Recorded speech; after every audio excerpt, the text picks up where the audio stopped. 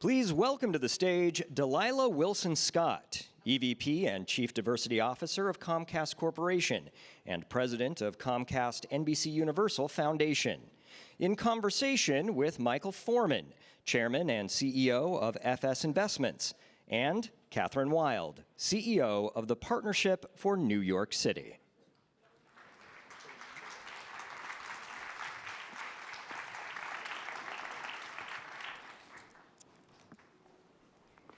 Good morning, or almost afternoon.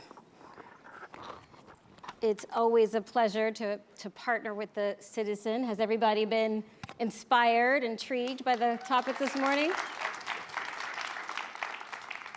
Well, we heard this a little bit earlier, but we know that the trust in government has been declining over some time. But people do believe there's more competence, expertise, and ability in the private sector to solve some of the broader social issues. So we want to talk about mobilizing private sector in this conversation. So I'm going to start with Kathy. Kathy is the CEO of the Partnership for New York City, been there for 24 years. But I think it's helpful for two things that I would love for the audience to know about you. One, how did you get there? A little bit about your background. And then two, let's talk about this anti-chamber of commerce that you lead. So I came up through the nonprofit community development movement of the 70s. And at the end of the 70s, the city was coming out of near bankruptcy. And David Rockefeller and a group of the CEOs from the major corporations in the city felt they had been asleep at the switch for a long time and allowed the city to reach a very sad state, and it was part of the whole urban crisis across America. And Rockefeller said, how are we going to pull us out of this? And the first thing he thought of was to bring back the middle class. We'd lost about 1 million people and 500,000 jobs in 5 years between 75 and 80. And so he said, well, let's offer them an opportunity for owning a piece of New York. And we created a major home ownership program that I was hired to go and lead, to rebuild the neighborhoods with owner-occupied housing, both 2- and 3-family homes, as well as co-ops and condos. And that led to the renaissance of the neighborhoods, which in turn inspired the commercial corridors to come back. And that was the first half of my tenure at the partnership, and then I became the CEO in 2000, and then Mike Bloomberg was elected mayor, and we had a whole public-private partnership built into city government for 12 years. And you were community organizer before then, you staged protests before then. You're not necessarily the typical profile to be running an organization like Partnership that brings so many CEOs. Well, that's kind of ancient history at this point, but yes. But still. And then anti-chamber of commerce, talk a little bit about that. Oh, okay. So, because people often say, well, the partnership is New York's Chamber of Commerce. And so I have to say, no, we are not. We are business working in the interests of the city. And we ask our members to take off their industry company hat when they come into the organization, and to think about bringing their expertise, their resources. We try and be a resource to government rather than an adversary or a business advocate. So we try and advise, provide information on what are the key public policy issues that they're dealing with, and help them deal with the challenges facing the city that government cannot tackle alone. So Michael Foreman, no stranger to this room, no stranger to Philadelphia, been active here for quite some time. But talk a little about FS Investments. You're maybe recovering securities lawyer. And over the years, FS Investments has now grown to over $80 billion in assets, I think, with your last acquisition.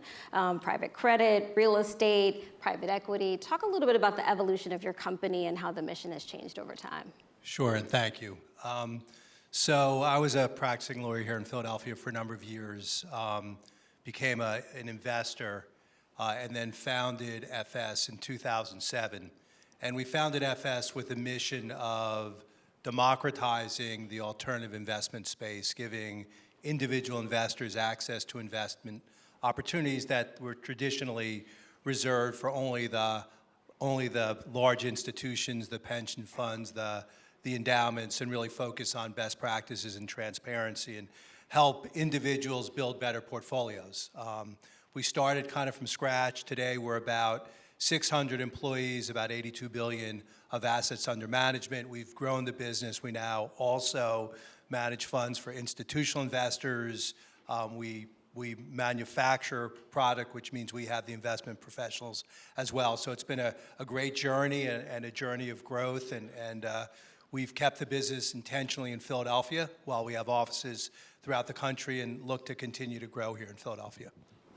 And so we were just talking a little bit about the group you've organized on Saturday mornings, fellow members of the Philadelphia community. What was your hope in bringing that group together? Talk about how it came to be. Sure. We founded the Philadelphia Equity Alliance, which spawned the Saturday morning group in 2020. It was the summer of 2020. If you all remember, that was right after the murder of George Floyd. This city, like many urban cities, was in very bad shape. We're in the midst of the pandemic.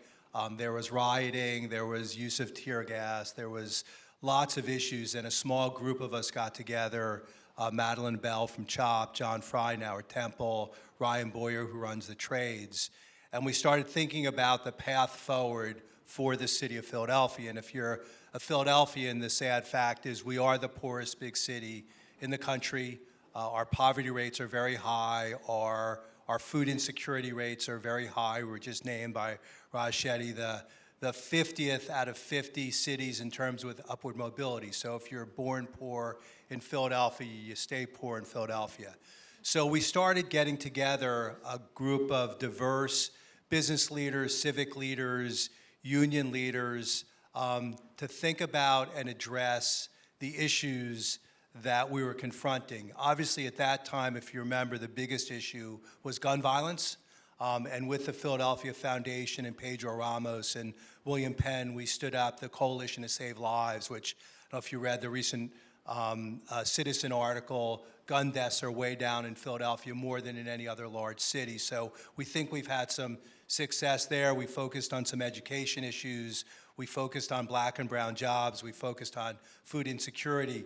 And it's really, at its heart, how do we get Philadelphians, Philadelphia business leaders, Philadelphia community leaders, Philadelphia civic leaders to collaborate in a cooperative way? And obviously what Kathy does in New York is a great model for what we're trying to do here in Philadelphia, or the Allegheny Conference in Pittsburgh. So trying to put together a group that can confront the issues that challenge this city, trying to engage the business community, and trying to do something big so that we're no longer the poorest big city in the country, so that we can be the most equitable city in the country. So on gun violence, we were just talking about this a little bit. What worked is a very specific goal, right, on intervention. It wasn't sort of trying to address something bigger that wasn't tangible, had the research of David Mohammed to back it up, to bring everybody to the table. Kathy, you've had to bring together various different types of CEOs, businesses, and try to create those lines across sectors. How do you navigate that? How do you bring different people to the table? How do you sort of talk about some of those shared interests, especially on a social issue perspective when you're addressing the business community? So you're asking two different things. One, I just would clarify that the model, we are now all business. When Rockefeller started the organization at 1981, he included leaders of nonprofit and institutions, as members. I mean, primarily because there was no diversity in the business community, and he wanted a diverse group. When I took over in 2020 as president, we had very low participation by the top CEOs. And they had kind of left, one, they wouldn't run the gauntlet because all the nonprofits were looking for philanthropy. So they wouldn't come to the meetings, they weren't involved. And to re-engage them, I basically asked the nonprofit organizations to partner with us rather than be part of the organization. So we had an organization that truly could mobilize the business community as the voice of business in the press with government, as the intermediary between business and government. And that has worked, and we really have all the top business leadership of New York City engaged. But we also have, for example, right now, given the challenges we're facing, our mayor's been indicted. We've got leadership challenges. We now have a working group with the leaders of organized labor in the city, meeting with the leaders of business to tackle those challenges. So we still work cross-sector, but we're doing it.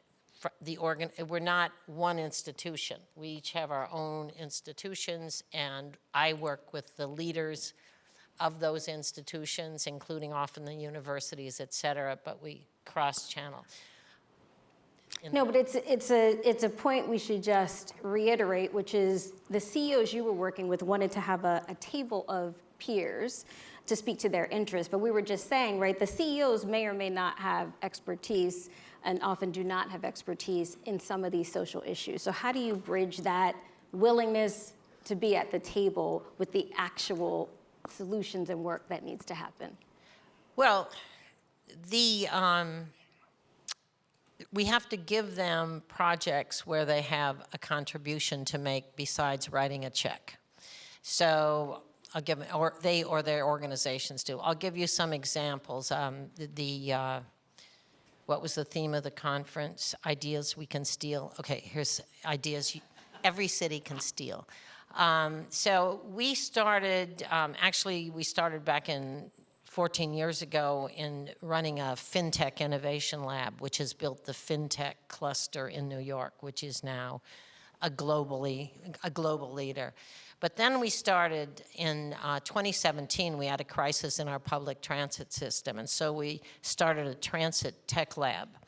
And that was a partnership with the MTA, which is our transit agency, the Port Authority, which runs the airports and the ports, the City Department of Transportation, and the New Jersey Transportation Department, which brings about a third of our commuters into Manhattan every day. And so we started a partnership with them where we're helping them find how to modernize, use innovation, identify tech activities from around the globe, early stage companies that can't make it through the government procurement process. And we use the expertise of the universities and the companies and the members to identify and do the outreach to find the companies. We have subsequently really changed the culture in these institutions because the bureaucracy is typically afraid of risky, innovative procurement activity. But we set up a system where they could test the products and pilot the products that seem to address their major challenges, which we staffed and set up. And again, this draws on the expertise of business, the global reach of business, but it very much plays to improving our local transit system. We've subsequently done the same thing with the Department of Environmental Protection dealing with water, where both freshwater and wastewater, where, for example, we found a technology that can tell them what's happening, what are the conditions of the machines that control the flow of water from upstate New York, which is where we get our water from, without sending a team up to check everything once a month. And we can now do that automatically. And then we're doing it now with the New York City Buildings Department, which is infamous for taking forever, being very bureaucratic, being very hard to navigate. We're now setting up a system to help them make processes and institute technology that works. So those are examples of real stuff where we've got hundreds of companies as well as academic institutions participating. Michael, where is the Equity Alliance now? What do you feel like is next? What's working well, and what else would you like to see? Well, certainly there's a lot we can learn from Kathy, and we're probably 20 years ago on the journey you were in. So we've been doing this for 4 years, and we've had some success. We've had some success with gun violence. We've had some success with supplier diversity. We've had some success with helping train folks for well-paying jobs. I think what we're really thinking about now is, what is that big thing? What can we, as a business community, coalesce and bring to the city? So a good example is Charlotte, and we've studied the Charlotte model, and they had the moniker of the 50 lowest mobility cities some years ago, and the governor convened a group of business leaders, and they raised, I think, $250 million to address 3 or 4 issues: digital divide, black and brown C-suite jobs, funding the local HBCU. So we're really in the process of thinking about what is that big opportunity, whether it's black and brown jobs, the flow of capital to black and brown businesses, education, and how we can bring the business community together in a different way. There are many challenges in this city, and we were talking about this before. I think 15 of our 16 largest employers are civic organizations, so we don't have the kind of corporate leadership of big Fortune 500 companies like you have in New York. So, we need to punch above our weight. We need this to be a regional effort. There's lots of big corporates that are located outside the city borders, but will benefit by a strong, vibrant Philadelphia. So we expect over the next number of months to get together with the civic community, with the foundation community, with Comcast, and think about that big idea, fundraise about that big idea, and it would really be what we would think of as a public-private partnership with the mayor. The mayor has been very supportive. The new council president has been very supportive. So the goal is, how can the civic and business community come together with the political class and make an impact in Philadelphia, create jobs, and really address this poverty issue in a constructive way? It really hasn't changed in the last 50 or 60 years. So that's really the goal and what we're trying to do. Larry covered the Saturday morning group in the Philadelphia Equity Alliance, talking about its, in many ways, a first ever table being created like that. But when we're just talking, you were saying you're not getting the CEO leadership participation, active participation, as much as you would like. If you were talking to your fellow CEOs in the region, what would be your compelling statement to bring them to the table to do something different? I think one of the great things about the Saturday morning group is we brought together 50 or 60 people. We meet monthly. We're meeting every week. It's 8 o'clock on Saturdays. It used to be 7:30 on Saturday morning. So people are really sacrificing. You're invited, Kathy. You can come. People are sacrificing their time. But I think, like you probably saw in the beginning, it is a little bit more of the civic community than the business community. And I think my peers, and some of them attend, I think my peers are looking to see what that big idea is and how they get behind that big idea. They just don't want to attend meetings. They don't want to listen to more talk. Everybody's busy, and everybody allocates their time differently. But I'm optimistic if we can come up with a tangible idea and show how we can fund that idea and make a meaningful, objective difference in the challenges that we have in this city, that we can engage the CEOs. And I know, for example, that I've talked to the Comcast folks, and I've talked to lots of folks throughout the city, and I think they're just waiting. I think there is a desire. I think people care about the city. They want to create jobs. They want the city to be in a better position. So I think they're really waiting for us to roll something out that they can support, and I'm optimistic that we can get there. And so, Kathy, we were talking a little bit before about putting some structure and some very specific targets and goals on a plan that CEOs can respond to, contribute to, more than just philanthropic dollars. Can you talk about some of those examples and why that structure is important and that level of specificity? Well, I think what Michael said, you've got to have the vision and decide on what's the big idea. And in just listening to the conversation today and hearing about what resources you have here, great world cities are based on an aggregation of diverse talent. And one question I would have is how the universities can work together with the business community to identify how many of I meet people that have gone to universities here all the time in New York City. And the question is, how many are you capturing? How much of that talent are you capturing and keeping here? And what would it take to do that? As just one thought that it would benefit the business community, benefit the overall economy, benefit the city. Is that through creating a startup environment, business environment, and so they have, the Wharton students have a place where they can incubate their ideas. Steve Schwartzman, a few years back in New York, created incubators at a dozen colleges where students could try out a business idea while they were in school and get funded and supported in doing that. And so to the extent, and companies tend to stay where they start, to your point about Comcast. So that would be one. And then specifically in terms of industry sector, the research capacity that you have in the health and life sciences area, which is, the fastest growing industry in the world, that would be, that's something that we've worked on for the last 20 years in New York, and we finally have surpassed Boston in NIH grants. Massachusetts, New York is now last year we were at $3.7 billion. We're number 2 in the country after California, and we did that by copying Boston's plan. Deval Patrick gave a consultant a contract and said, we'll spend $1 billion to create a life science industry here, figure out what are the assets, what are the deficits, what do we need to do it? And so they did it, and so we hired the same consultant, brought her down to New York and said, figure out what are our assets and deficits, and tell us what we need to do. And in the last 5 years, our industry has tripled. Our life science industry has grown.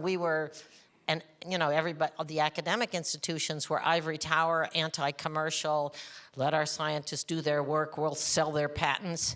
For revenues, we've changed that culture completely, and it's now the institutions are saying, they're actually all created venture funds. They're competing with each other to keep their scientists there, set the companies, and they're now taking the long vision, which is great for the city. And it's become an important source for the city of future growth. But that's key, right? An idea that's great for business, great for the future economy and economic growth of the region. But let's talk about what's great for the people. Talk about some of the inclusive projects well, that you all fund of in that, there. a component of all of that, for example, in the life science thing, the city has funded and is running a program for young disadvantaged students and CUNY City University students to be interns, apprentices in that area. So all of it has to go with an equity lens, and that's always been the case. Special seed investments that always include the public universities as well as the private universities. In terms of the talent thing, obviously, it's the diversity of talent that is the key ingredient in the city's effect. I mean, it's having talent that can operate globally, that speaks every language, that understands all the consumer cultures that global companies serve. So all of that goes with that, and there are a number of programs. One, your alma mater, J.P. Morgan Chase, the CEO, Jamie Dimon, has established a jobs council that is providing apprenticeships and has the CEOs of the largest employers on it to create, starting with high school internships, apprenticeships. We run a program that brings 10th graders into office buildings, often for the first time, to spend a day learning from people who look like them, have their similar trajectory in life, who are now working in corporations. And for these kids, it's just a transformative experience to spend a day in that environment. And these are New Yorkers, but they're not exposed, again, the divide in our society. So. Michael, you have a day job that's not this, but you're passionate, committed to the city, well beyond the stuff we've talked about today. You're also active in the arts and culture and sort of diversifying that narrative. What do you think is the most important thing that CEOs here can do to advance this, to get to that point of vision and to follow through with some action now? Yeah. I think in some respects that's been the challenge we've had in this city is how do we engage the business community in a constructive way, and something we at the Equity Alliance think a lot about. And I think you can do that, I think, as we kind of laid out. It's really, you need to have the vision, you need to have something tangible, and I think people will get behind it if you have that vision. I think, we've been in this very difficult cycle here in Philadelphia over the last number of decades. We don't quite have the resources that New York has, but we do have all that's going on in West Philadelphia. If you look at the eds and meds there and the life sciences community and all the development around there, and we've got wonderful institutions. So we do have resources. I think folks recognize the resources we have. I think if we can make this a regional initiative, we can define a plan and talk about what we expect the tangible results to be. I think we can engage my peers and CEOs of many of the businesses in this region. We obviously just had Dr. Raj Chetty here sharing a lot of the research you just referred to. And I will say, I think there was an excitement and interest from the business community that I haven't seen since I've been here. So excited about taking that work forward, making that vision very tangible. Kathy, what would you like to steal from Philadelphia?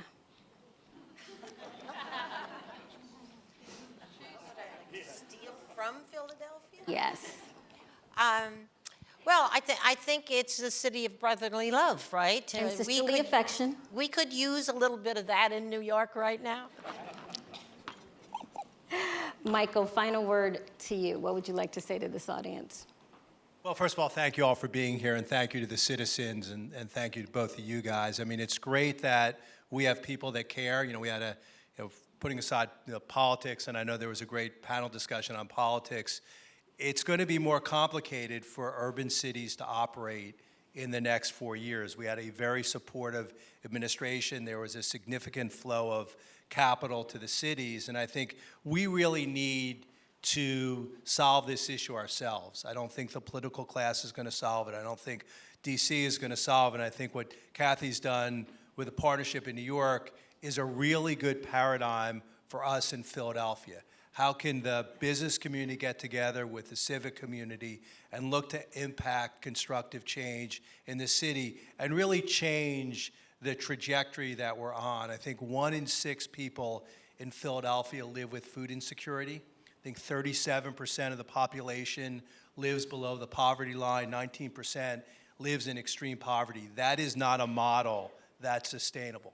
So I do think it's time for the business community to get together and figure out how we change this dynamic, how we change the trajectory. It's something that certainly I personally think a lot about. I think we're all of us in here are very, very lucky, and if you go a couple miles in any direction, you see folks that don't have the same luck that we have, and I think it's our obligation to figure out how to get the path right. I do think we have a mayor now who's much more inclined to be helpful and is looking to do public-private partnerships. I think we've got a president of city council who wants to be helpful. So I do think like everything is lining up, and I think from us at the Equity Alliance is what is our plan, and let's go out and execute on that plan. We did it with gun violence. We've worked with Ken Frazier, for example, on food insecurity and others on really big issues. And how do we deal with the poverty issue? How do we create jobs? How do we help fix the education system? So there's a lot of things to do, and I think there is a tendency to try to boil the ocean. I think we just need to pick 1 or 2 things and then execute on those and show that the business community in Philadelphia can come together, that all these groups can collaborate in a more constructive fashion. Yeah, and I think that's the key. Learned this from Kathy over the years. Sometimes the first step is not more funding, it's better alignment with a very specific focus, like set a goal and we could achieve it together. So we'll be coming to you, Kathy, for more advice in the matter. Thank our panelists, Kathy and Michael Foreman, for being here today.